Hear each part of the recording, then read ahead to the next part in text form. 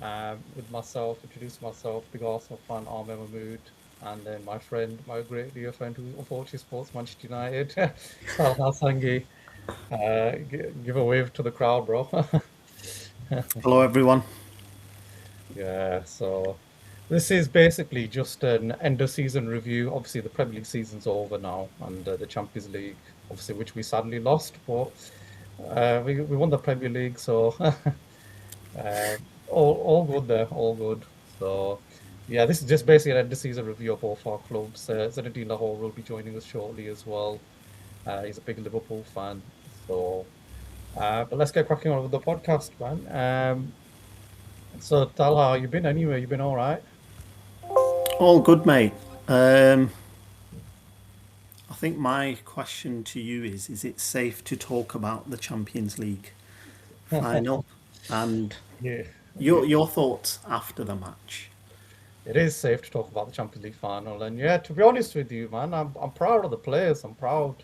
Um, Obviously, the football is what it is. We've been seeing it all season, but it's got results at the end of the day. So, we used to play the most fanciest football back in the day when we used to have Arsene Wenger.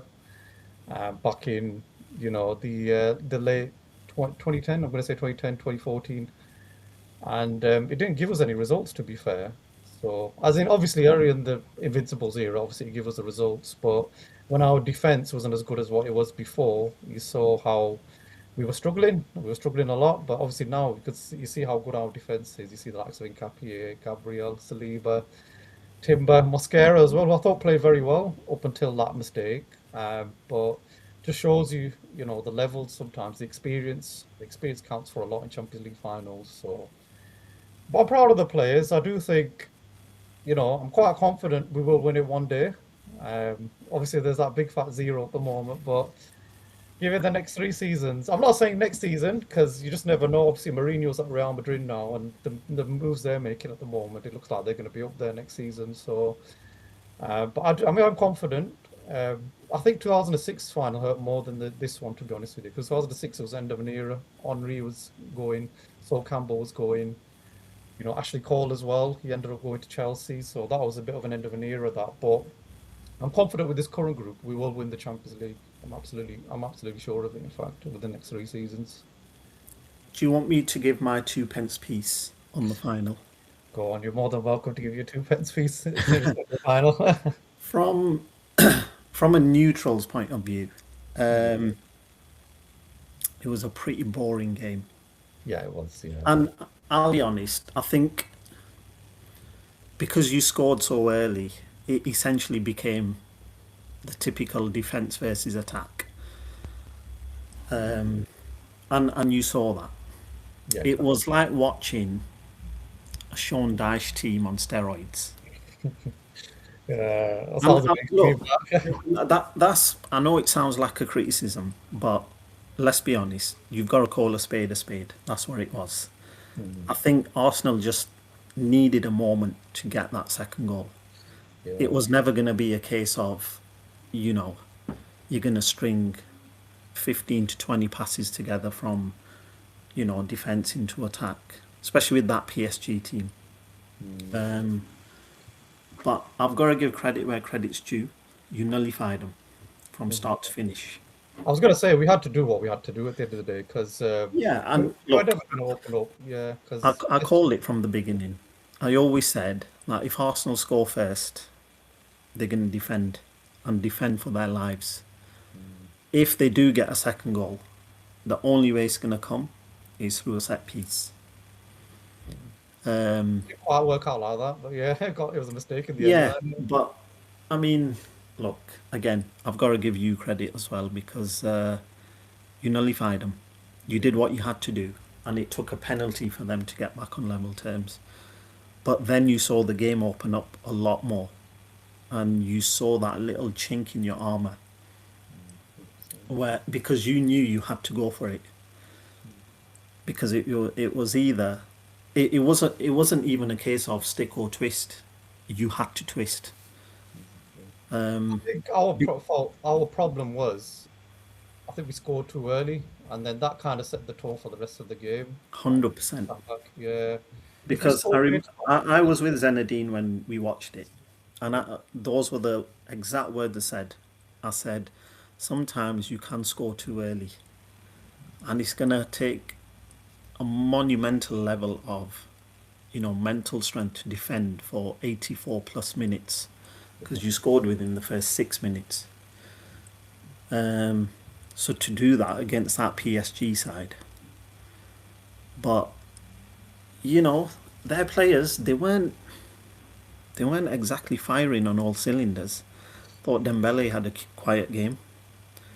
I thought Uh, Gabriel defended very well. I thought Gabriel man of the match. Oh, okay, he missed the penalty, but I thought defensively he was excellent throughout the game.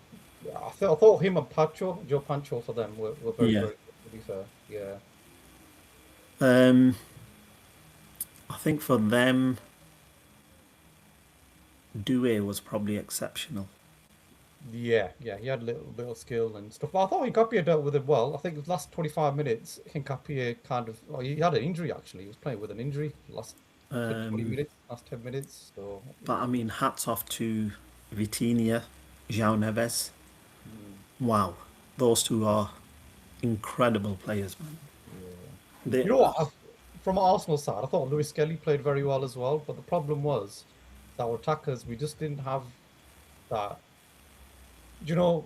Recently when we're playing the likes of Fulham, for example, we've had runners like Gyökeres, going up with them. We've had Saka as well, who's been feeding him. But I felt like because we had quite a few players that like to play within themselves, they don't like to run beyond the defense. For example, if I had Martinelli, Gyökeres that like to run beyond the defense. I think Lewis Kelly would have been a lot more. You'd have seen a lot more of Lewis Kelly going forward if we but had that. again, I think that was all to do with the tactics. Yeah. Arsenal worked on that all week. Mm. Arteta said, look, if we do take the lead, I need you to create a low block. Hence why the likes of Saka, he was doubling up with Mosquera on that, well, on your right hand side. Um, so it was all about nullifying the opponents, which they Mhm. did. Basically, it's a game of strengths. We played to our strengths, they played to their strengths, Yeah. and I felt like, And yeah, so like I said, credit where credit's due.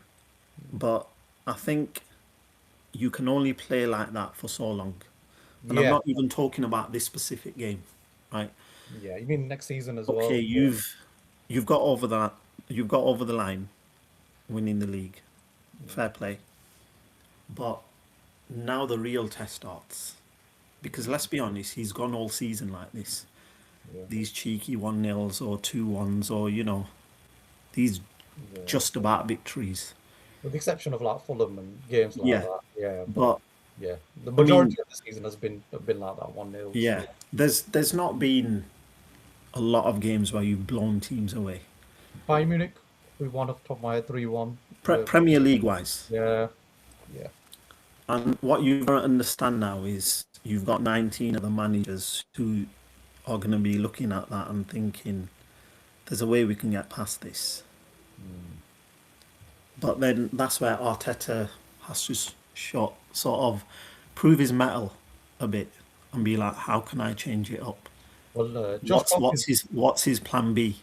Josh Kroenke's already come out and said he's going to give Arteta the backing, and you see the way he celebrated during the parade. This guy, I doubted it at first, but he loves Arsenal Football Club. You can see it from the parade as well. Like I was literally there, and when I was recording as well, I could even see Josh Kroenke like dancing to the fans and getting all cheerful and stuff. I'll have to show you the video, but it's a bit mad. Obviously, I've got that video on my YouTube channel, which you can see as well. But yeah, he literally shows Josh Kroenke dancing as well. So.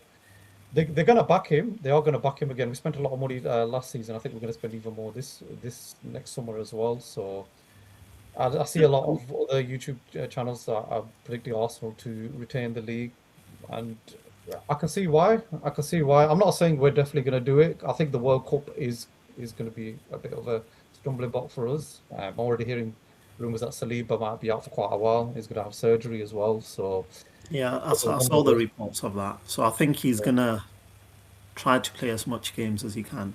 yeah. And if Depends how that's, Deschamps uses him I and how think. many minutes he gives him. He'll definitely play through it. I know what Saliba was like. The fact that he's been maintaining this level of performance towards the end of the season, and how while having a back injury shows how good of a player this guy is. I think given the fact that he's done that, he's definitely going to go into the World Cup all guns blazing. He'll want to play every Oh game. yeah, you will. Yeah, Because let's and I let's don't be blame him real. as well. To be fair, it comes every 4 years, and every player wants to play in the World Cup. So They're probably one of the favourites as well. So exactly, there's that as well. So, I mean, we'll get into World Cup and stuff on another podcast that we'll do World Cup predictions and stuff. But this one's an end of season review. So, obviously, we've done partly an Arsenal review here. Obviously, like I said, I'm very happy with the season. We've got over the line. Start of the season, Liverpool started very strongly. Well, they say very strongly. The performances weren't really reflecting the results were really good, but the performance weren't reflecting that. They had that Crystal Palace loss, didn't they? And then it just kind of fell down from that point on. They were struggling, weren't they? The football. I think it was a United game at Anfield. From what I remember, they lost 2-1 to Crystal Palace. They did. Yeah, and then we beat Newcastle, and then that was the switch for us. That last minute win against Newcastle, that kind of switched our season as well. We got that momentum, thinking, you know what, it's the title race is there very early on at the end of September. Um, and then October to November, we were brilliant. To be fair, October to December, especially the Champions League, we won 8 out of 8. That's why we got kind of a favourable draw in the Champions League as well in terms of knockout stages. January we hit a bit of a rocky period. We had quite a few draws, and luckily for us, that meant City had a rocky period as well. So we were drawing, but they were also drawing as well. We were capitalising on their draws, which kind of made the title race closer than it should have been. I feel like the title race should have been over a lot sooner than it was. But thankfully, we got over the line in the end. The boys got the job done. City drew against Bournemouth. We beat Burnley with that Kai Havertz header. And yeah, we got over the line.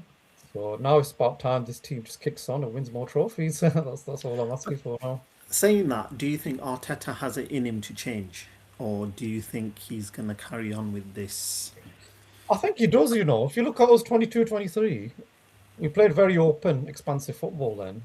And second half of But 23, is that because you were chasing and he knew he had to? no, 22, 23, we were on top of the league for most of the season. We kind of bottled it, like everyone said. But obviously, it was our first season there. We never expected to be there on the 22, 23 season. Everybody predicted us to be six, not even in the top four. And the fact that we, Maybe the pressure wasn't on him then, yeah. because there wasn't that level of expectation. So it was probably. I mean, we don't know exactly what was said, but And the maybe it was second, a case of, you know what, go out there, express yourselves. mm, If we're in the title race by Feb, March, then it's a good thing, which you were. But yeah, I mean, obviously it didn't work out. Eventually it did.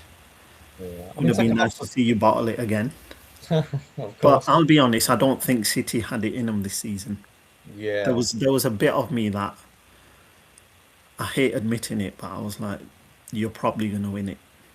I Which you won't did. lie. And this wasn't even like, Yeah, this feeling didn't come in like April, early May. This came like, you could see it in like February, March time. Even though they'd made their January signings, they bought in Semenyo and all the rest of it. But I just feel like, remember the City sides of old where if they were chasing, Liverpool fans will tell you this more than anything, that they'd hunt you down. yeah. One way or another, they'd hunt you The down. Sharks, that's what they call them, the Sharks. Yeah, and they just had this ruthlessness about them, Yeah, where you knew that if they took a lead in any game, they're winning it, and yeah. they weren't just going to win it; they were looking to annihilate their opposition, to sort of send a message, which again they did. And you know, Liverpool fans, they can sit there and be like, "Look, we amassed 90 plus points for consecutive seasons, and we didn't win the title." So it Yeah. just goes to show how ruthless that City side was. Whereas I think this season, like I said, something just wasn't ticking.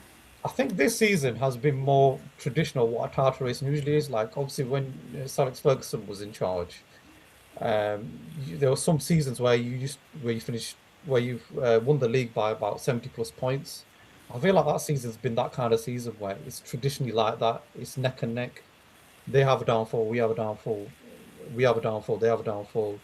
We win, they win. It's kind of like a normal title race. Whereas when Pep Guardiola and Jurgen Klopp have been in charge, the level has just been of an utmost standard where you just literally can't catch them. They're the two play teams that are far above everyone. So, Here's a question for you, Ahmed. well, that's the question. If Carrick was in charge at the beginning of the season for us, Yeah. would it have been a three-horse title race? Honest opinion, no. Just because I don't think your squad's good enough. And maybe if you got knocked out of the competitions early on, then I probably would agree with you, yeah. But I Okay, think, let's just assume the yeah, Grimsby game happened under Carrick. yeah. So I know everyone's been bantering us And then about you lost to Brighton against one in the game FA a week. Cup as Yeah. well. Yeah, So no, we left both cup competition, well, domestic cup competitions quite early. yeah. Um, but one game a week.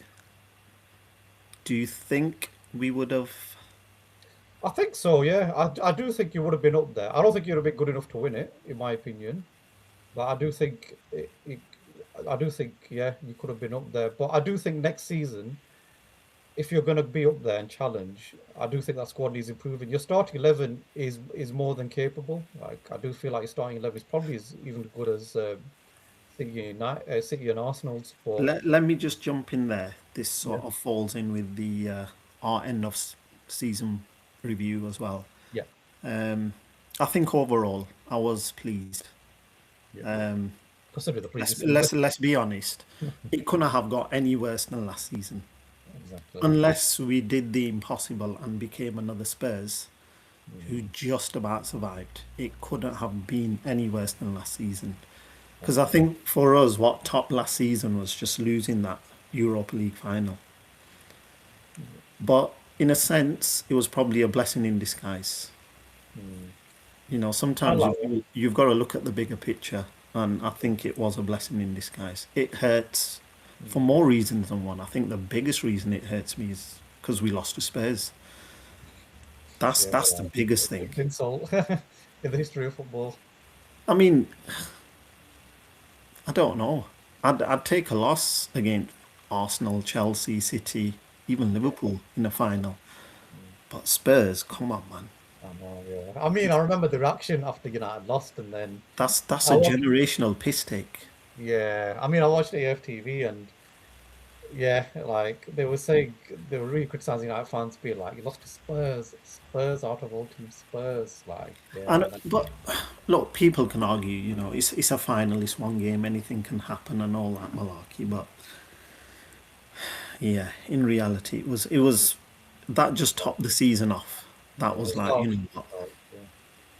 But obviously, this season at the beginning, um, don't get Also, me yeah, wrong. I have no hatred or ill feeling towards Amorim. I was gonna say I'll put in there because you were quite supportive of Amorim at the time, weren't you? You were quite supportive of you wanted I him to always come have been next of season. all our Yeah, managers. I think the only one where I've not been too sure of is probably Moyes. And I'm yeah, not even saying that because, you know, um, how that season went as well. I'm just thinking that as much as I love Fergie, I don't think it was fair of him to sort of throw Moyes in at the deep end so quickly. mm, I think what we needed at the time was a Mourinho. And I yeah. know there were rumours at the time that he wanted to come to United. But I think Ferguson sort of, he'd chosen who he wanted I to. remember at the time as well. There was even rumors of Pep Guardiola at that time. Like they were saying, Fergie was talking to Pep. And, yeah, Listen, it was, what, 13 years ago now. And yeah, as we know in football, rumours fly about everywhere. mm, So unless you're in the game, whatever's true and whatever's false, it's just hearsay for us, isn't it? But Yeah, so for me, Moyes wasn't. Van Hal was a bit of a. I didn't know what to expect with that guy. It was a mystery, Werner. Yeah, he was. Um, his football wasn't great. I think what I'll take into as a positive with Van Hal was we never lost against Liverpool. Well, that's always a bonus. He'd always beat Liverpool, so Yeah. that was one You thing. get these weird records like, although we're champions, Arteta never beat on. It's like, that's just a mad start, I find. Yeah, see that is sort of weird because I feel like everyone beat Arne Slot last season. Exactly. That's what I'm saying. So, Um, yeah, but I think yeah, Arteta just take. like going back to what you said about Amarin, I was quite supportive and I did want him to succeed. And yeah, people can be critical of the style of play and his formation and everything, but let's be honest, Ineos knew that at the beginning. It Mm, was no secret that he played a certain style of football. He played in a certain formation, you know. So you can't sit here and be like, well, I didn't expect that yeah, he because wasn't it, willing to it, trade, it was was it was common knowledge. It's what he he? did at Sporting, and he said, "I'm not." And he said it numerous times in press conferences. I'm not going to change. Mm. I think that's been the fundamental difference between him and Carrick. You've seen Carrick, like for example, his first game against City when he came in, you saw how he adapted. Like, he Yeah, went I off think. his counter attack. Yeah, Look, all Carrick's done. I mean, don't get me wrong. Again, he's done an amazing job, and I'll credit him for that. And again, I hope he succeeds. But he just went back to basics.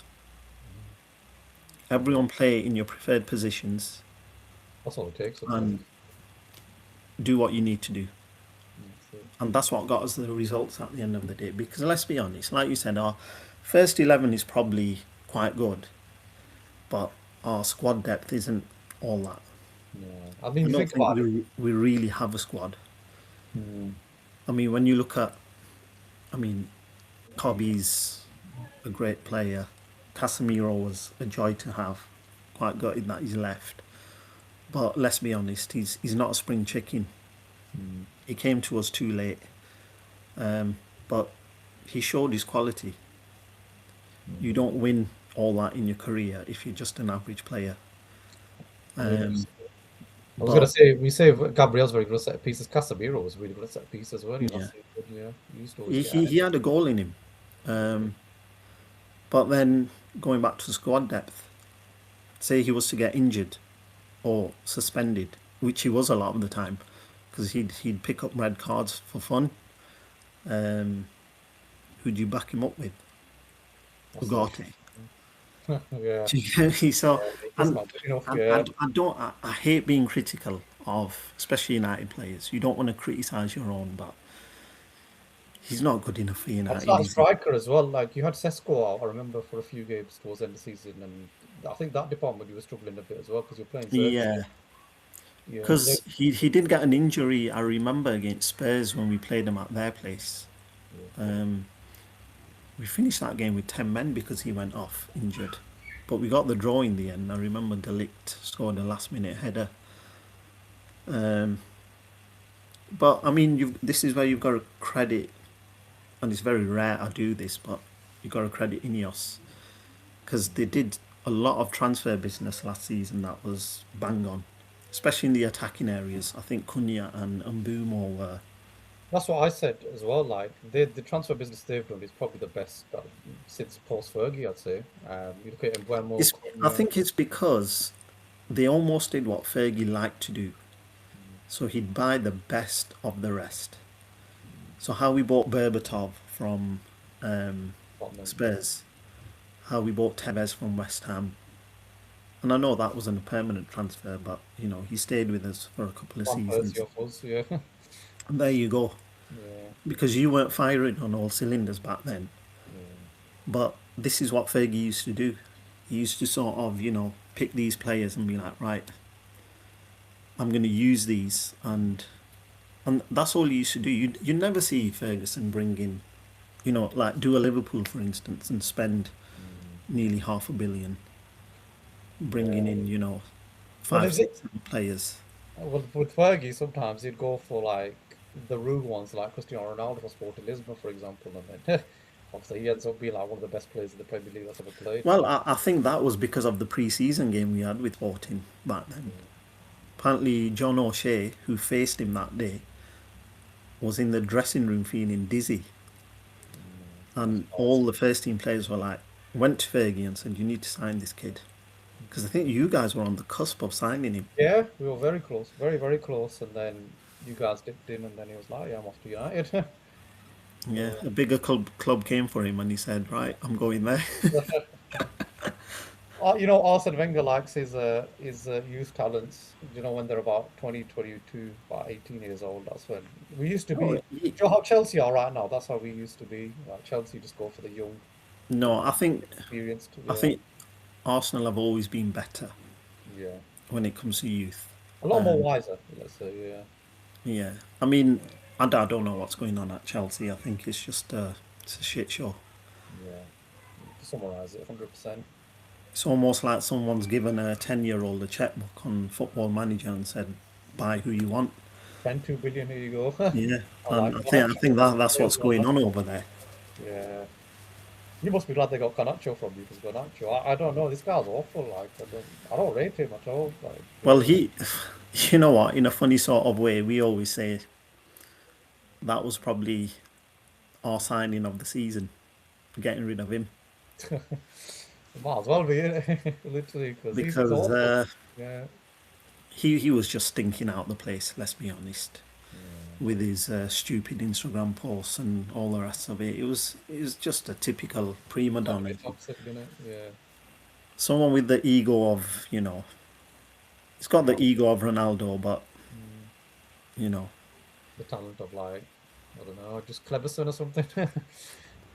at least Cleberson won the Premier League with us. Exactly. There you go. So yeah, it's a bit mad, but no, I think United. Yeah, I do think they could have a very good season next season, but they do need to improve that squad. I think the first 11 is best is as good as anyone's in the league, in my opinion. But I just think before you take that next step for you to start challenging, I do think that squad needs improving. That midfield needs improving as well. Obviously, you've signed up Edison from what I'm reading. I don't know much about the guy. I've seen YouTube clips, and he looks like more of a box-to-box midfielder. Obviously, you've been linked with Matthias Fernandez as well, and also Chouameni as well. I've been reading. So if you get these signings in, yeah, I think you'll be up there next season. I think so. Yeah, from a personal point of view, I think you definitely need a new right back. Mm. Definitely need a new left back.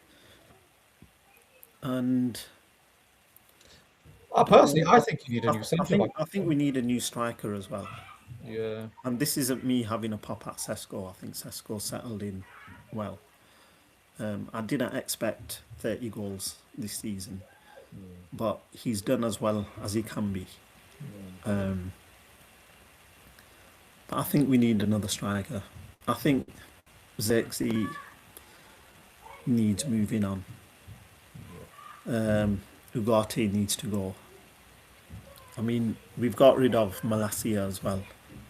So our real out and out left back is only Luke Shaw, who, let's be honest, is, It's getting on, isn't it? yeah. I mean, I know he played every single game this season, but I don't see that carrying on for the next 2 3 seasons with Luke Shaw, and he's injury prone as well.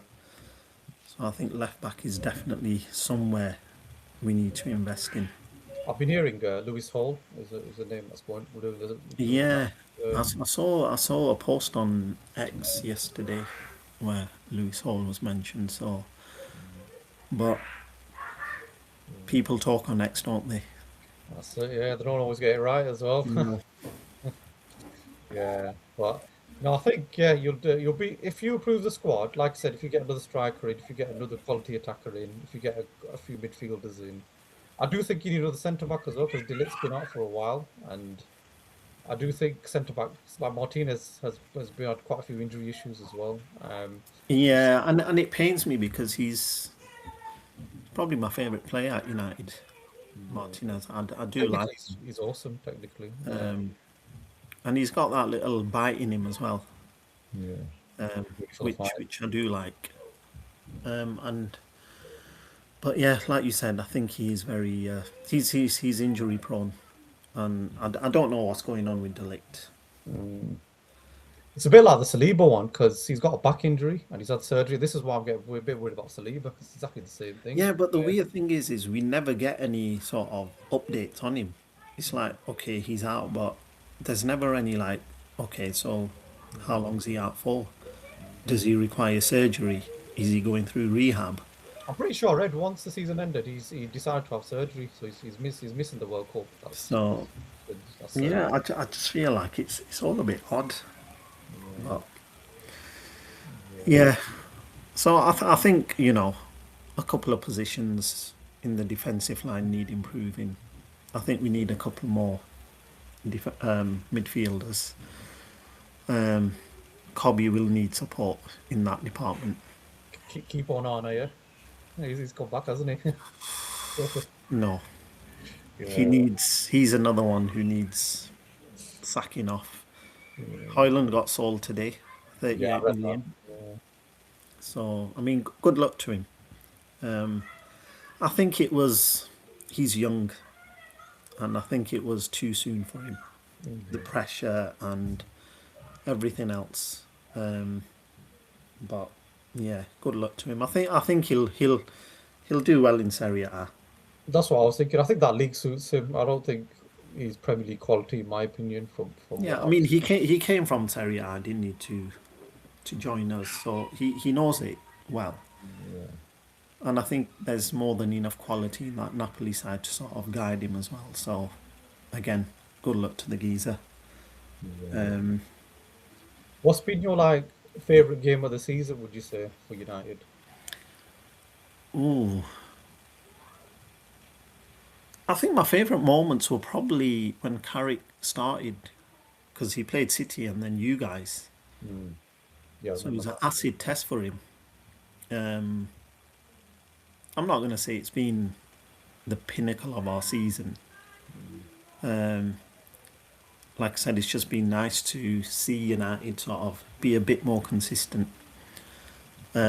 But I think, yeah, him getting through that acid test of beating City at home and then you guys at your place, um, it sort of galvanises the players. I know everyone likes using this thing that when a new manager comes in, there's a new manager bounce and all the rest of it. But we were under some serious pressure, and there was a lot of doom and gloom around the place when Amorim left. Mm. I'm pretty Um, sure as well, at one point you were 10 points behind Chelsea, and then obviously now you're so many points ahead of them. Was but it? this is a thing. I mean, we weren't in a really bad place position wise in the table. Um, but there was just that fear that it's going to turn into the season before, where we're Yeah. just going to slowly creep into mid table and then finish.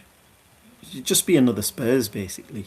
Yeah, bottom half of the table. Yeah, Maybe that relegation scrap would have amongst been West Ham, the obviously. 3 horse race I was on about. Yeah, Maybe we would have been in that three among horse race. Burnley, West Ham, and who finished And 20th place also was between Wolves, wasn't it? Yeah. Spurs, West Ham, and us. Yeah. So that would have been the fear. But I think, let's be honest, I think a lot of teams have dropped off this season. Mm. Um, but yeah, I think Carrick getting through that acid test, um, and then yeah, just seeing the consistency because we didn't have any cup games to look forward to. It is what it is, and it's painful saying that because I thought, what, even if we could win a domestic cup, it's a silver lining, Mm. but it wasn't to be. Mm. But like I said, I think Carrick's done a great job. Credit to him. Um, Has he and rightly again, got the job then, in your opinion?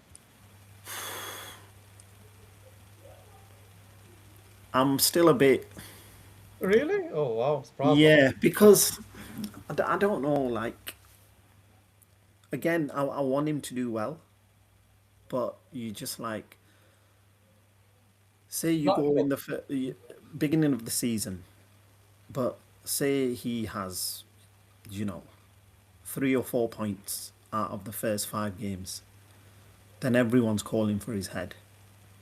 That pressure starts so early in the season.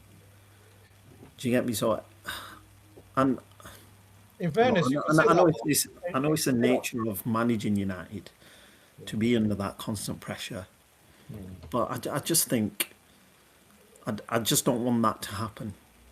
In fairness, you Obviously, could say that about anyone. that depends on our summer signings and how well everyone gels, and I know the first 3, 4, 5 games are always a bit. They're a bit of a tester for everyone because not everyone's match fit. There'll be a lot of players, depending on as well how far certain players go in the World Cup, um, how pre-season goes, how many injuries there'll be at the beginning of the season. So that first 5 games is always a test for every team, especially the big six, if you like. But I don't know. I think for Carrick, I just need him to start well, and I Yeah. hope he starts well. Hmm. I was going to say, go back to your point about you having like only 4 points from the first 5 games. I guess that could be true of any manager of any top six club. Like you look at De Zerbi at Spurs, Alonso at Chelsea, Iriola at Liverpool as well. Like if these guys don't get It off can, but the should come do you down. not think the yardstick is always a bit different when it comes to United or Um, Liverpool compared to Tottenham? mm, yeah. And given they've just stayed in the Premier League by Mm, the skin of their teeth. yeah. Chelsea as well under Alonso though. If Alonso gets off to a bad start, the pressure's going to go up on him. Yeah, because Yeah, Chelsea, those are the standards that are required at Chelsea, aren't they? yeah. So. Don't get me wrong. There'll always be Under pressure at Maresca. the Maresca, likes of. Maresca doesn't get a good start at City, then he's under pressure as well, isn't he? So And for you guys as well, you're the team to beat yeah. because you're champions now. So I think the biggest sort of pressure cooker in that Premier League right now is going to be at the Emirates, Yeah. at your place. You know what? Because Funny enough, if in a way, I don't really want us to start off well. Do you know why? Because I've noticed in the last 2 seasons, so go back to 24, 25. I think City had a flying start. I think they won like the first 5, 6 games, that they completely fell off. And then you go back to last season, Liverpool did the same, 25, 24, 25. No, sorry, 23. Okay, my season's mixed up now, but 24, 25 was it? Yeah, City had a flying start and then they fell off. And then Liverpool just capitalized on that.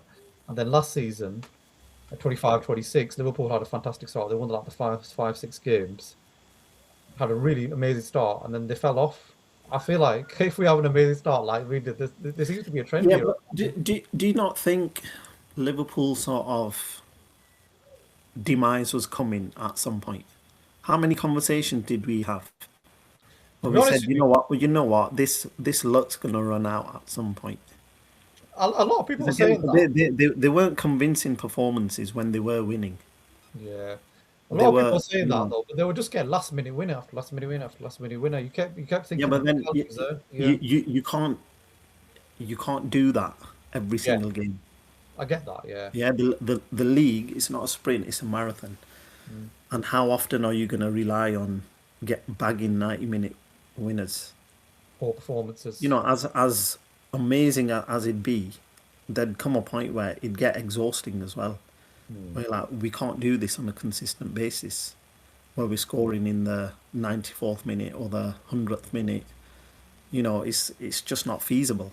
Amongst that run as well, they beat us. Obviously, Szoboszlai scored that screamer free kick, so they all got off to a flying start. They won like the first 5, 6 games, and then they just completely fell off after that. So, Yeah, it might be a which case was of, a delight to see for many of us, I think. Mhm. Of course, it was, So, especially for me when that Crystal Palace goal went in and Nketiah on, and then we scored that last minute goal against Arsenal. I was buzzing. I can't lie. That was when I thought, you know what, maybe we're gonna, we're gonna challenge this season. Yeah. So, and thankfully we yeah. did. Yeah. and we won it in the end. So I think the moment of the season for me, for Arsenal fan, oof, there's quite a few, you know. I think Martinelli's goal against City was big at the Emirates. That was game was in September, but that was a big goal in the end because City beat us at the Etihad. If he didn't score that goal, they would have been above us. And there's been other games as well, like the winner against Newcastle. Thinking of other games as well that we've played. There's been so many good moments. There's also been downs as well. Don't get me wrong, Wolves away. That was during Ramadan as well, man. Literally, I've read Tarawih, yeah. Prayed Tarawih, then I came back. We were 1-0 ahead. Then we went 2-0 ahead. And then all of a sudden, just literally, they scored a minute, like literally 5 minutes after we scored. And then they scored a last minute winner. And then, can't lie, I was depressed that evening. I was thinking, yeah, this is happening again, this isn't it? So there has been downs during the season as well. But it all worked out. Let it all work out in the end. I think it happens though. Even when we were winning titles consistently, we'd have one or two games where you'd lose and you think, oh no. Um, but that's what quality sides do. They pick themselves up. Yeah. I can't Um, lie. When we lost to City at Etihad, I switched off. I was like, yeah, I think City beat us. Look, whether you're an Arsenal fan, City fan, or a neutral, I think for most people, Yeah. everyone thought, right, the momentum shifted now. You know, one person who didn't say that though was your club legend Rooney. He's been consistent about Arsenal throughout the season. He said even when we lost, he goes, I think still Arsenal will still win it. So Maybe because of the run of games you had after that, yeah, yours were more that was a factor. favourable, if you like. Yeah, So I think you were expected to win, but let's be honest, you made hard work of that as well. yeah. The West Ham one was, I think, to this day is causing a bit of I don't know controversy. why. It was the right decision, but there's been other decisions. Don't get me wrong. Like Kai Havertz probably should have been sent off against Burnley. I'll admit that. I do think even if he was sent off, though, I think we still win the game because I thought Burnley were a poor side. What would you say then? So, Like obviously you've not conceded a pen all season. You've not received a single red card all season. mm, From yeah, Because I'm gonna be honest and I'm gonna delve into the controversial now. yeah. I expect this conversation to be fair. So 24-25 season, Arsenal fans were very quick to question the referees. There was a big conspiracy theory against Arsenal fans, against Rightly so. not your fans, Always. but the football club. Mm, Um, Everyone's against us. The refs want us to lose. We're not getting any decisions. Um, Refereeing performances are piss poor and all the rest of it. Whereas this season, I've not heard a peep out of you until the PSG game. yeah. To be fair, I have been quite vocal about decisions that have gone our favour this season. There's two that stand out to my mind. It's the one against Villa at home. Marino should have got two yellows that game.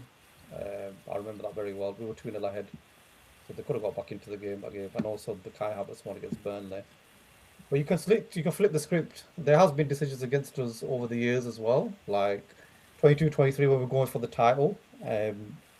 When Brentford scored their goal, that goal shouldn't have been allowed. They forgot to draw the lines. VAR said that. The sending off towards Trossard against City, I think that was last season when we drew 2-2, was a bit scandalous as well. So it swings and roundabouts. So I've got to be honest, it does swing in roundabouts. It Obviously, is, this but season, given the style of your play, it yeah. was very. I think you have to understand, as an Arsenal fan, why rival fans would look at you with a bit of disgust almost and be like, "You're the biggest hypocrites going."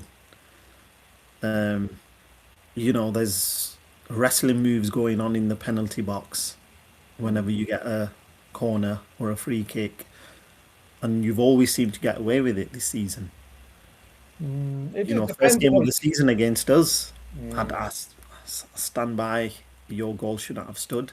I think that was the faintest of touches, to be honest. No, In my opinion, the way I saw it, I've told you I two. think the Raya one against West Ham was the faintest of touches. Then Yeah, you went like that, man. He lifted his arm up, man. So Saliba took Cunha down in that same game as well. We should have had a penalty. To be fair, I've There's seen look, two there's decisions. been countless games, and like I said, I've not heard a peep from Arsenal fans all season about the referees and all the rest of it. And then the PSG game, it was almost like rewinding back 12 months.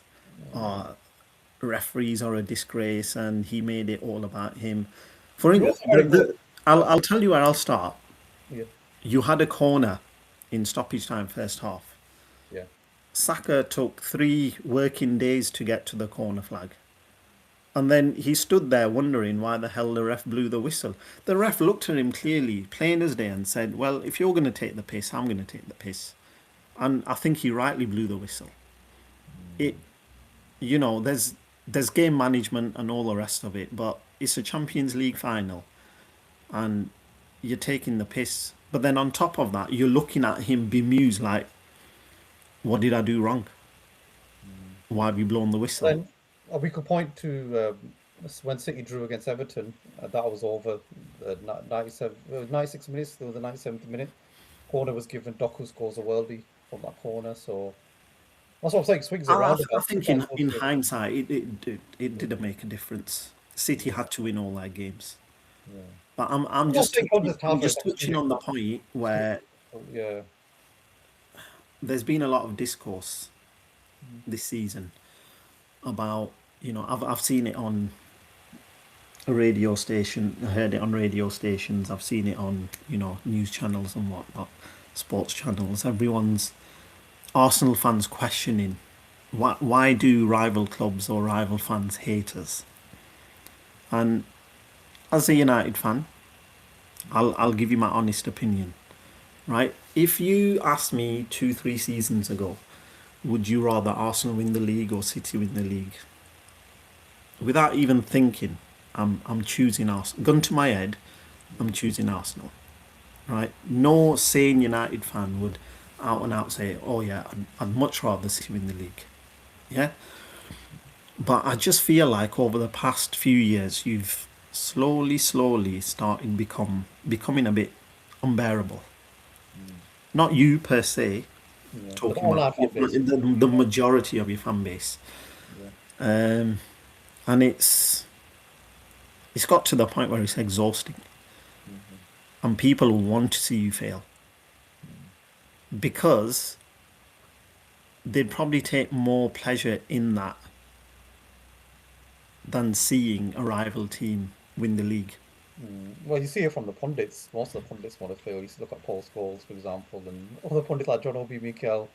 They just can't Because wait. I feel like Step even on the Arsenal sort of the fans or ex players, Martin Keown and Ian Wright, they don't help the situation either. They never see when Arsenal are doing wrong. There's always a reason behind it. There's always some sort of justification. It's always, "Oh, Arsenal can do no wrong," but are the first ones to play victim. Like I said, the PSG game, prime example. You didn't hear a peep about refereeing decisions all season. And then suddenly it's like, "Oh, the ref made it all about him. He cost us the game." It wasn't the fact that, Arteta told you to sit behind the ball for 84 minutes plus. One thing I would say about the referee against PSG, though, I don't feel like he let the game flow, though. Like, I feel like whenever we tried playing the ball up or when we tried to build up, you just stop it. Just stop it. Like, there'd be a foul to continue or Neves, and then, yeah, just literally the game will stop there. Should you have had a penalty? Should we have had a penalty? Nonu Madueke and Nuno Mendes. Or if not for me, nah, not for me. Yeah. Or Really? You're yeah. genuinely the first Arsenal fan I've heard say that. Oh I no, agree man, with you. it's I 50-50. agree with you for the simple fact that I think it was, as they say, six of one, half a dozen of the other. Because I think he did have a hold of Mendes' arm. Mm. And I think, I don't know, it was. Touch on goal, you've seen them given though in Oh, Champions League especially. You've seen them given. I I don't think think you've given the league. I think even in the Premier League you'd probably see that given as well. Yeah, just But then depends. again, in the Premier League, it's almost like do what you want.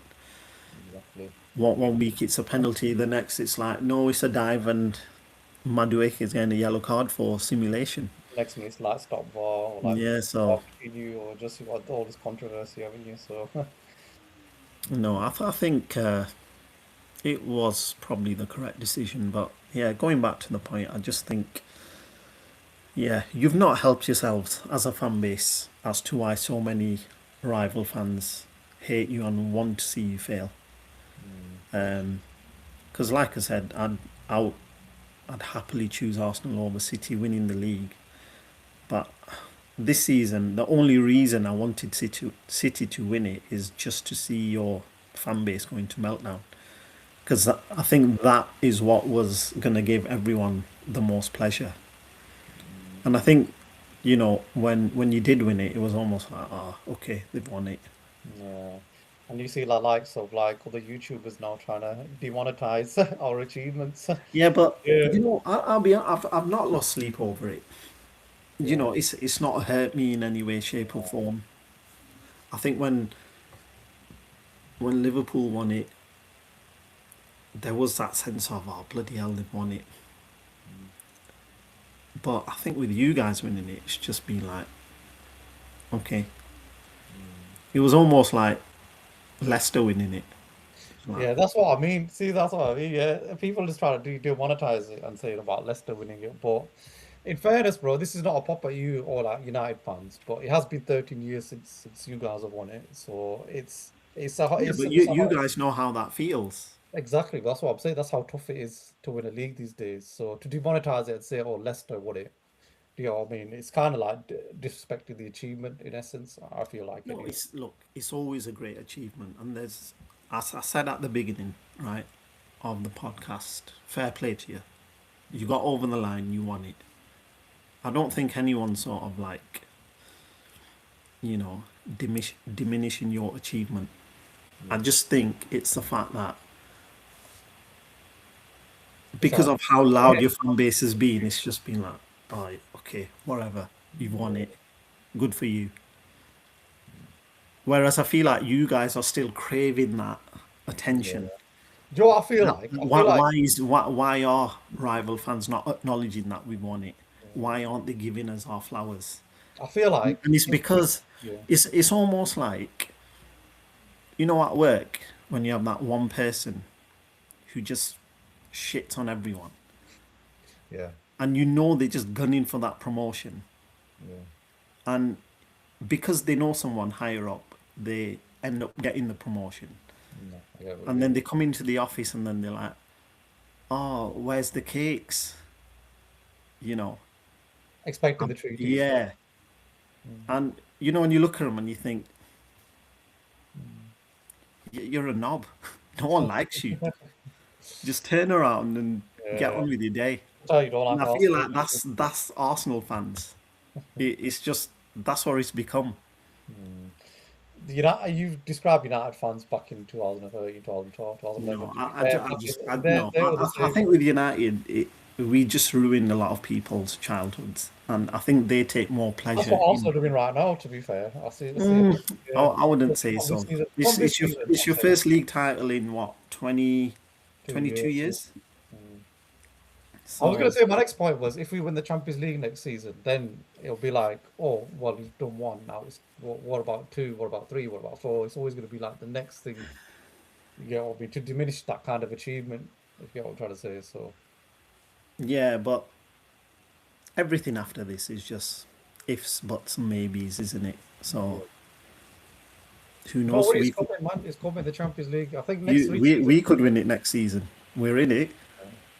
You are, but I'm not sure, man. What's to say? What's to say we're not going to win it? Hmm. We could do a U and just sit on a 1-0 Well, to be every fair, single game. look, there's a progression. First, for Arteta's first season Champions League, we made the quarterfinal. Second season, we made the semi-final. Third season, now we've made the final. Natural progression is winners next season. Or you could get knocked out in the league phase. Maybe we won 8 out of 8 last season. 8 out of 8. Wow. God. So yeah, yesterday's news. Yeah. We'll see. We'll see. But That would have only meant something if you went on and won it. yeah. Yeah. And again, I'm not. all banter aside, it's the truth of the matter is it doesn't mean anything. Mm. Yeah, it was, you know, from an Arsenal perspective, it's a remarkable achievement that you went unbeaten all the way. And PSG had to beat you on penalties. So, but you know, like the famous saying goes, no one remembers second place Mm. because honestly, like I've been there. When I've seen us get dismantled by great Barcelona sides. Once in Rome, once at Wembley, and it's heartbreaking. You know what? Funny enough, funny you mentioned that. I think this PSG side is probably the closest I've seen to that version of Barcelona, in my opinion. I don't think they're as good as No, that no, Barcelona. but this is another thing that sort of irritated me, where people are like, this I'm not saying PSG. they're as good as them, but they're the closest No, that but I've no, seen. but a Yeah. lot of I think a lot of people are sort of saying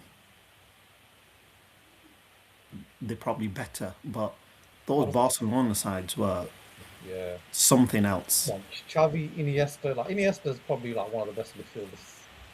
To be honest with you, I've ever seen play. That's how good he is. When we played them in Rome, Yeah. we were all over them for the first half an hour. We should have had at least one goal, if not I two. remember first 10 minutes it was, yeah, I think, And then yeah, I think Eto scored, yeah. and that was a sucker punch. And then they And you could just dominated the whole game. I yeah, remember. and you could see it. It was just completely took the wind out of our sails, and then we were chasing the game.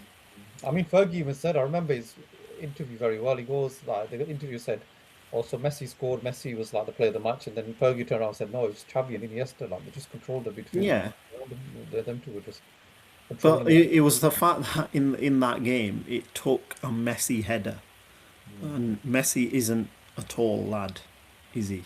He's Yeah. one of the And you smallest have Christian players. Ferdinand then as well. So, like, As yeah, as great as he is, he's not known for his headers or his exactly. heading ability. But yeah, he went and scored that header, and then he just completely killed the game for us. And then at Wembley, I think again they took the lead. I was probably more nervous about that night because I was like, if we win this, it's going to be a hell of an achievement. The Rome one, I was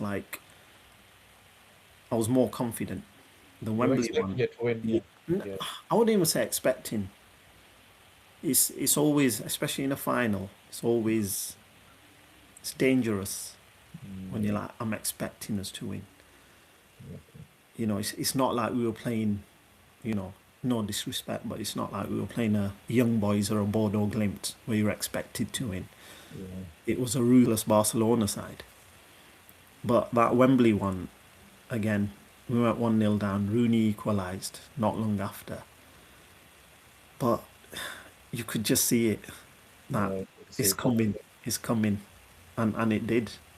Mm. And look, it is what it is. We're talking about yesteryears now, but I don't know. It'll be an interesting season because Next year. obviously you guys, you're going to improve. Yeah. Um, Liverpool, I think they'll have to improve as well. I think they'll They've definitely lost. improve. They've, I they've don't. I don't lost. think. I was saying. I think they'll be. I think a lot of people are just pointing for top four, top five. I think they'll have a very, very good run up until January, February, and then January, February, you may see a slight dip in form. I You don't know, know. I think. yeah, Look, Iraola, he's in that position now where he's got to stabilise the football club mm, or that group of players, not the football club per se, just that group of players. Because again, all banter aside, they've had a lot to deal with over the past 12 months. I think Jota passing away I think it was a shock to everyone. And I think, footballing thing to one side, I think that the human side in you has to realise that he was a friend to all of these players, and losing that, it is going to have an effect on you. Um, So you've got to look at that aspect, but I just think you can't spend that amount of money in one go and expect miracles to happen. It's just not, because let's be honest, he bought half a team. Literally, yeah, but And basic granted, players, they lost what Darwin Nunes, who Luis wasn't Diaz, good enough, Luis Diaz as um, well.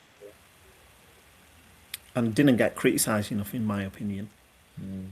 We lost Trent last season as well. People were very quick to criticise Anthony, and I'm not saying Anthony was amazing, but there were always pitchforks waiting for him. Whereas I thought Darwin Nunes got away with murder, Mm. and he cost what 85 million. Yeah, something like that. Yeah, Um, Obviously Jota passing away. They lost Diaz to Bayern Munich. lost Trent as well. I'm pretty sure. Yeah, Trent went as well. the left So back is fine. they had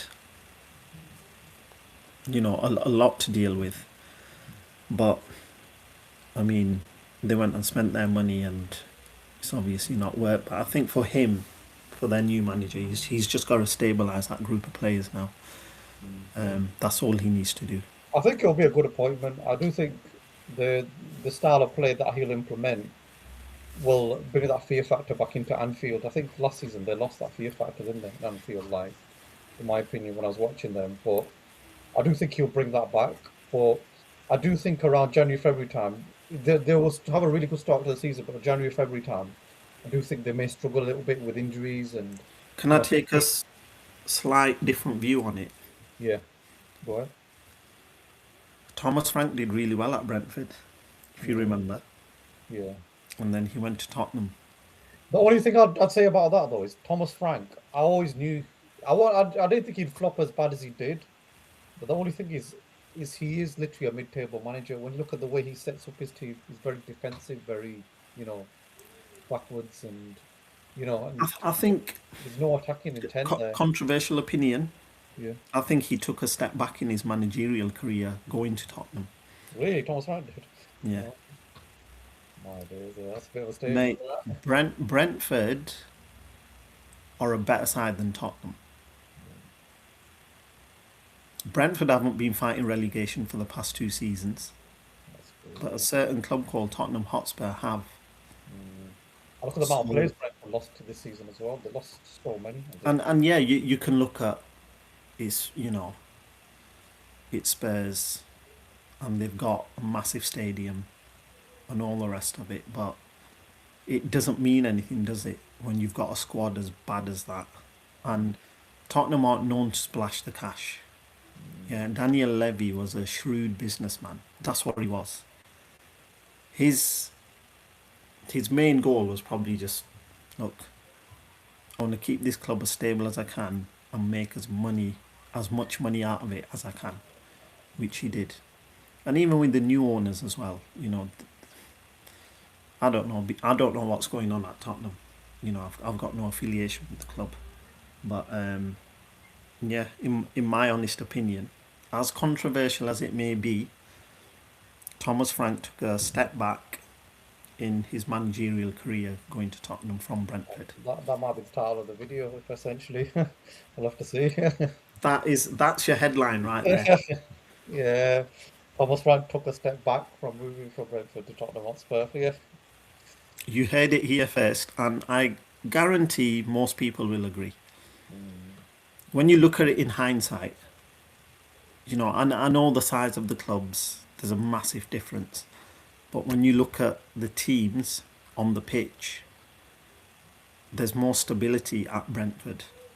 mm, yeah, there And is. then that touches on Keith Andrews doing a great job there. I think Tottenham fans will argue, obviously, they had a lot of injuries last season, which they did, to be fair. They had Madison out for the season, they had Kulusevski out for the season, they had quite a few players, Kudus out for the last 3 months of the season.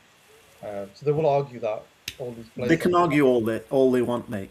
Yeah. But look at that Tottenham side, right? Any of their players. If I said to you, Ahmed, who would you sign for Arsenal Mm, at that Tottenham team? Or who's getting into forget the first 11, who's getting in that Arsenal squad from that Tottenham team?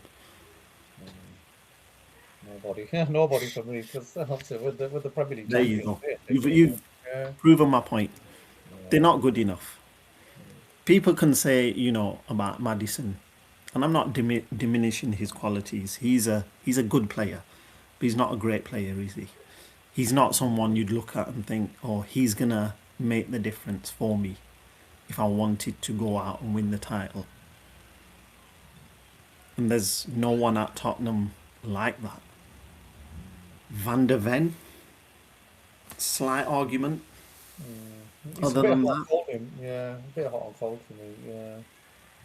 the Once again, rest of them are at best squad players. At best. the only one I'll probably say is when he was fit, Kudus was, and the way Saka's been this season, he's been a bit hot and cold. The only one I'll probably say is Kudus maybe could be a shout.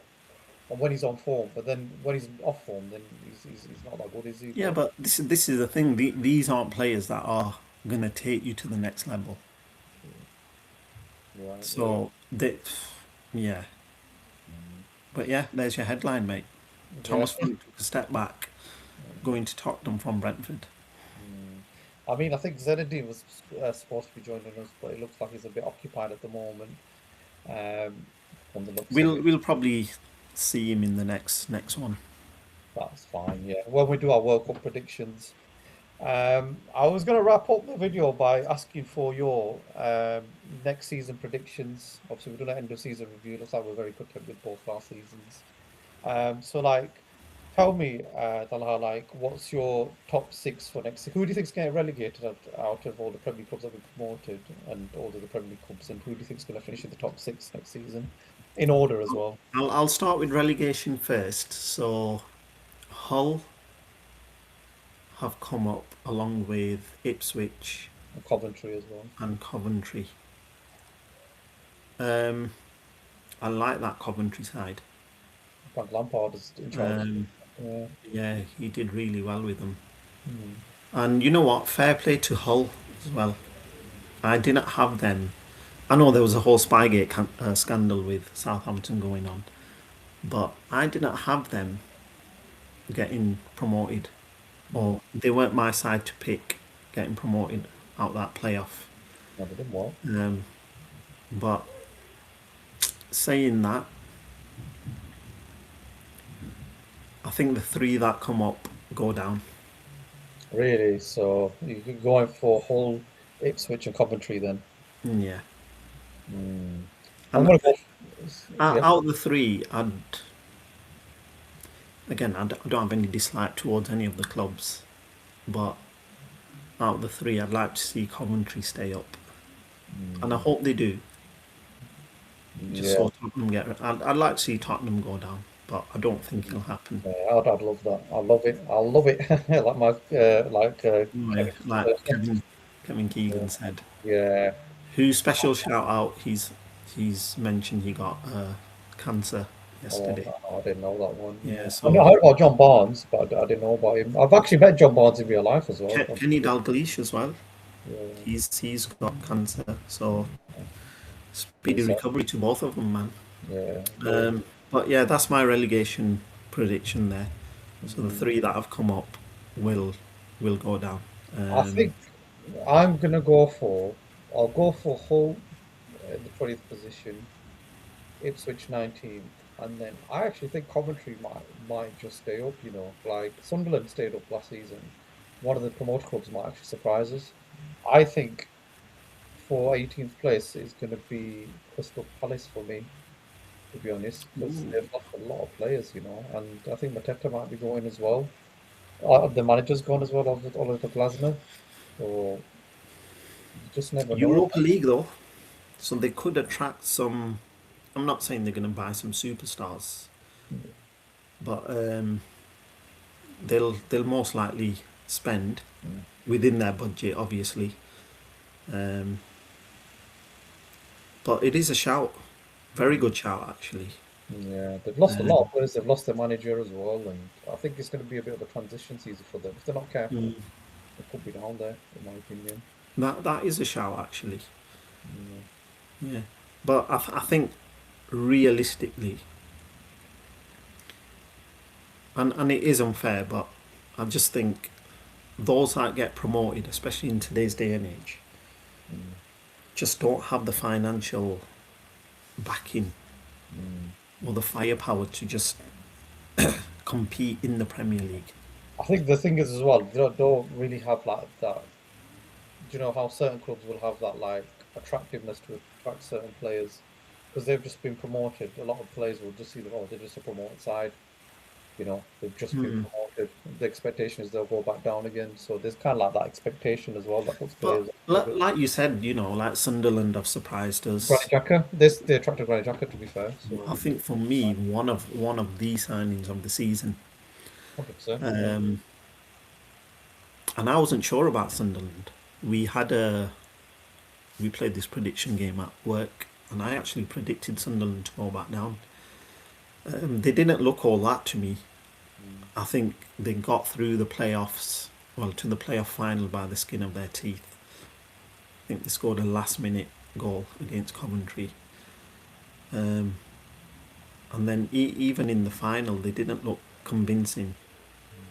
Um, Not enough to be like, oh, I think they're gonna be all right, Sunderland. But I think they're my surprise of the season, Sunderland. They made the Europa League, which is just And amazing. yeah, and I think for me that obviously you guys won the title, Mm. but I think for me, if I had to give a honourable mention to one club, it would be Sunderland. Yeah, 100%. They deserve Um, it. Yeah, but then top six, you said. top six, yeah. In order as well. Who's going to be sixth, who's going to be fifth, who's going to be fourth.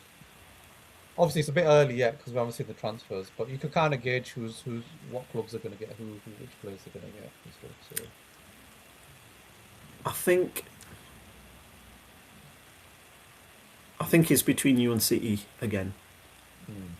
Um, I think we'll finish unless you guys or City drop off.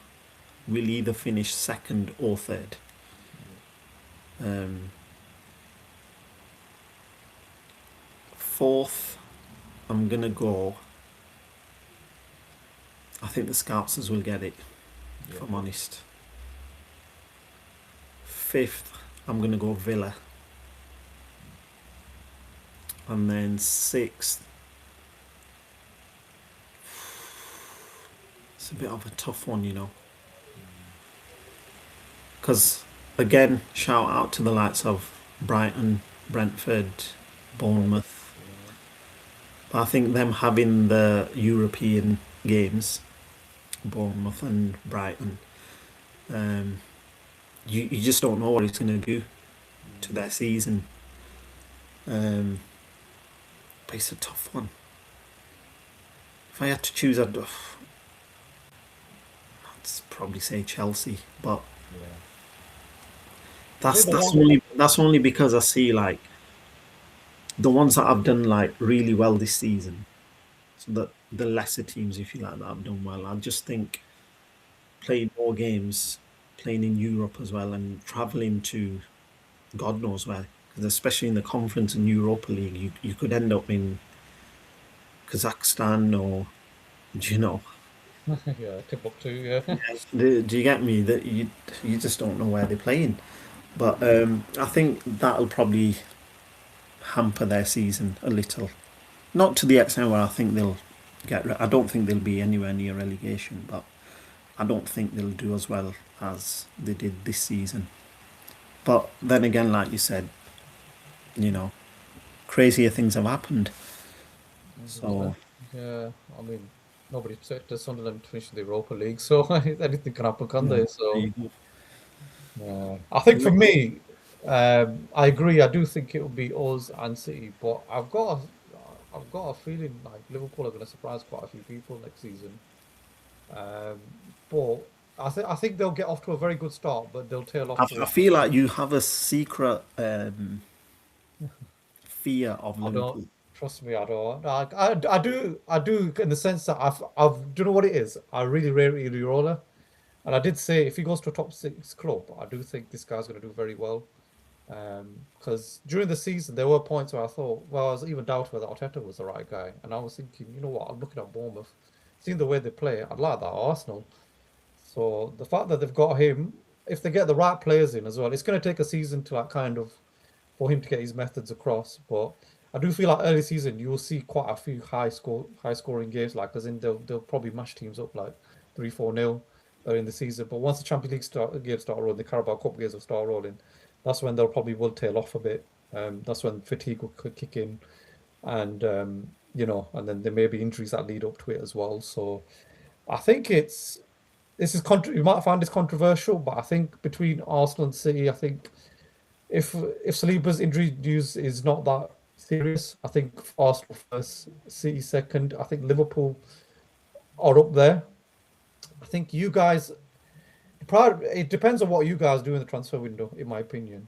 It entirely depends. I think there's a serious squad issues with you guys, and I'm still not sure yet.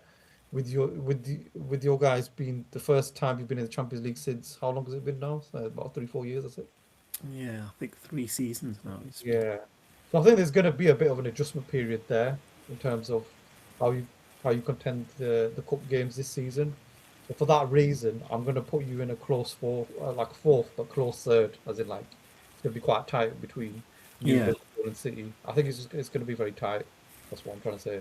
And then fifth, I think will be I think Chelsea, just because they play one game a week, and a couple of their players are not going to the World Cup as well. Colwill and Cole Palmer, they're going to have a summer off, so I do think they'll be better this season.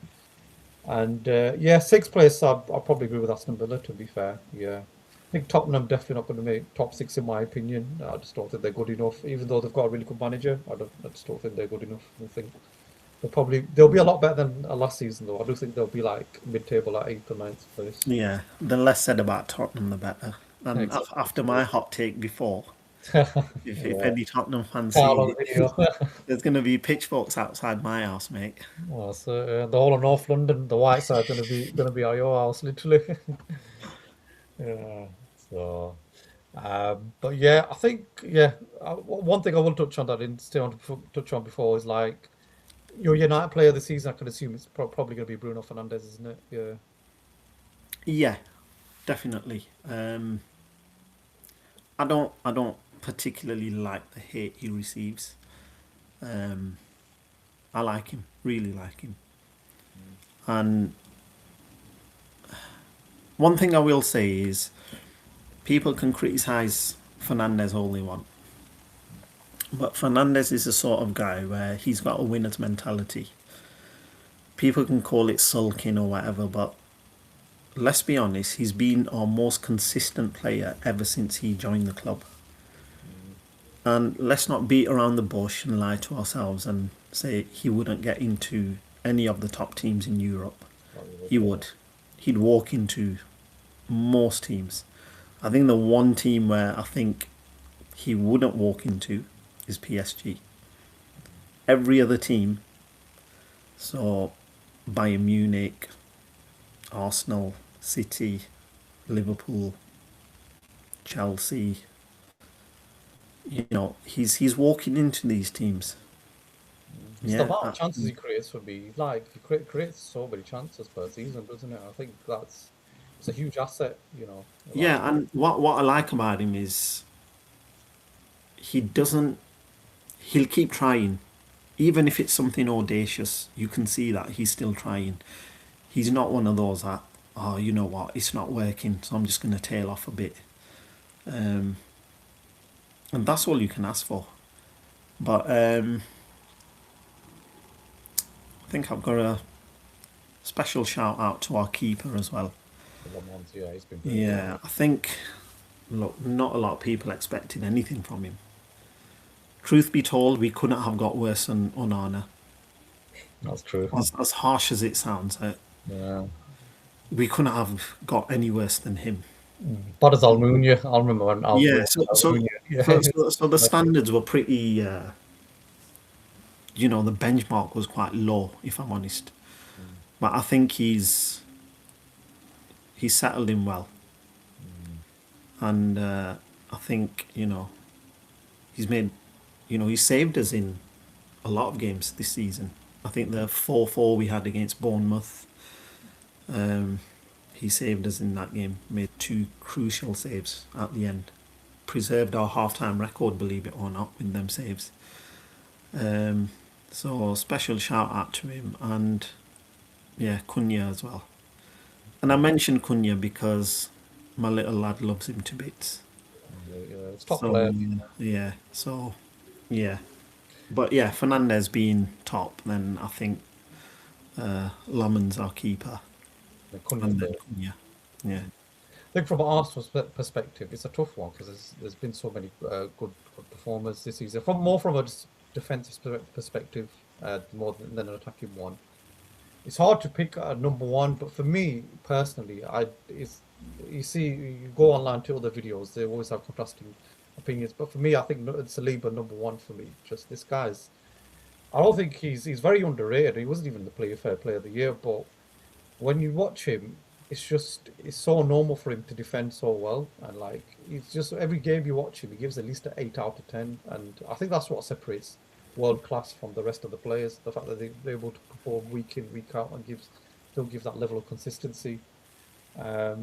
So for me, Saliba number one. It's a tough one. Second one, it's a tough one between Raya and Rice. I think Raya's been outstanding. He's made some crucial saves. Even first game of the season against you guys, he made quite a few saves. Made quite a few saves against. Obviously, made the save against West Ham, which basically kind of led to us winning the league. He's made crucial saves in the Champions League as well when Sporting Lisbon away. So Raya's definitely up there. He's been brilliant this season against PSG as well. I'm pretty sure he made a couple of saves as well. So. But Declan Rice, whenever he's been out of the team, or like whenever there's a fear of him being out of the team, there's always that fear that we won't give the same level of consistency. So yeah, it's the reason why I put Saliba number one though is because of the consistency, and I feel like when he's missed games, we tend to drop points. I'll be honest with you. I remember Liverpool away, we drop points against Brentford away, Chelsea away as well. It's like whenever he's missing, you can feel his presence not being there. So just shows you how much of an impact he has to the team. I don't think that's a surprise though. Yeah. Saliba is he's consistent and Yeah. he's consistently good, Mm, and Gabriel feeds off that. mm, And I've seen it. If Saliba's not in the team for whatever reason, Gabriel struggles. mm, Not struggles per se, but you can tell there's a bit of a. He's not as confident as he usually looks. mm, Because I think he sort of thinks, well, I need to step up to the plate now. Um, so Saliba being your number one is, trust me, mate, it's no surprise there. mm, I think every fan, forget Arsenal fan, I think every fan would probably put yeah. Saliba as number one. I'm just shocked he wasn't in the PFA. He wasn't even in the nominations, and I was like, Really? yeah, he wasn't even there. Like, I'm like, what? Like, because it feels like I feel like the goal scorers, like Gabriel was in it, but it's because he scored a lot of goals in the first half of the season. But first half of the season, I thought Gabriel was better. Second half of the season, though, I said Williams Lee was outstanding. Like, a lot of games, and Well, I think he just does what he has to do on the pitch. yeah. He defends. And you know what? From a goalkeeping perspective, Mm, I'm a goalkeeper when I play football. Um, when you have good defenders in front of you, it it has an effect on your confidence as well. yeah, Um, because you have that assurity in front of you exactly. that I trust these especially the two in front of you. Um, you have that certainty that you know what I can You got to keep a clean sheet. put my faith in these two. Yeah. Whereas if you don't have that, then it's going to have a knock-on effect on you. Like, well, I'm going to have to be like a sweeper keeper almost. Chances conceded, goals Yeah, conceded. That's what it leads to, doesn't there it? you So, go. yeah, Um, but I think Saliba plays a big part in Gabriel being consistent, Raya being consistent. Um, the team the just only thing takes. I will probably knock Raya for is he really needs to work on penalty shootouts. You Yeah, know, oh, I agree with that. I do agree with that. Yeah, because even my brother was saying, if you I think watch he it, makes it too like. I think going to penalties was the worst thing for you guys. mm, And I know it's a lottery, and anyone can win a penalty shootout, but with Raya between the sticks in a penalty shootout, as an Arsenal fan, I wouldn't be too. funnily enough, I did predict it to be a draw, before the game. I thought it'd go to penalties, but I thought we'd win, but obviously it went the other way around. So, No, I just look when you look back at the FA Cup game when we played you, that went to penalties. But you looked at Raya and he was nowhere near any of the penalties. He was diving really two early, seconds earlier. I know all our players were doing was just knocking in the opposite corner. Um, he's doing a favour for them, isn't it? By the yeah, I mean, and I know he saved the Mendes penalty, but even then, I just thought, I don't know, he doesn't fill me with that confidence. confidence. And I Yeah, know he's not going to be in a penalty shootout every single game, but I'm just saying, as if if he needed to improve any part of his game, that would be. I think it's something they need to sort of look at. a tough one as well because the shootout and obviously it's pressure, nerves that all kicks in as well, doesn't it? So yeah, it's depends on the situation as well, essentially, doesn't Yeah, it? but then you look at keepers, from past and present. There's always been certain keepers you look at and you have a sense of not 100% confidence, but you look at them and you think, I think we'll be all right. Yeah, as long as he guesses the right way, I think we'll be all right. Courtois, most Van der recently, Sar for you guys, Van der Van Sar. der Sar, Yeah. you know, Petr Cech in Mhm. his prime, Neuer. These were keepers that there was a sense of assurity about them when it came to penalty shootouts. And I Yeah. know the game's more than that, but I think we're just touching up on penalty shootouts. But yeah, Raya for me doesn't fill me with that confidence. Yeah. No, I agree. Something that you can definitely improve upon. Yeah, Hopefully, but it's one of them, innit? yeah. Some win some, you lose some. But Talha, thanks for that. I think we'll wrap it up there. That's our end of season review. So yeah, thanks for tuning in, guys, and please keep in tune for our next podcast. Hopefully, Zinedine will be in for the next one where we'll be doing a World Cup podcast with our predictions of who we think is going to win, who's going to be the top scorer, who are the players that we think are going to really thrive in this World Cup. So please stay tuned in for that one. But really appreciate your time, guys. So please stay tuned for the next one. And any Tottenham fans, get in touch. Yep. Please get in touch. T, you better watch out. They're all going to be coming for you from North London, so I bet you better watch out. Right, No worries. See you later, Andre. right.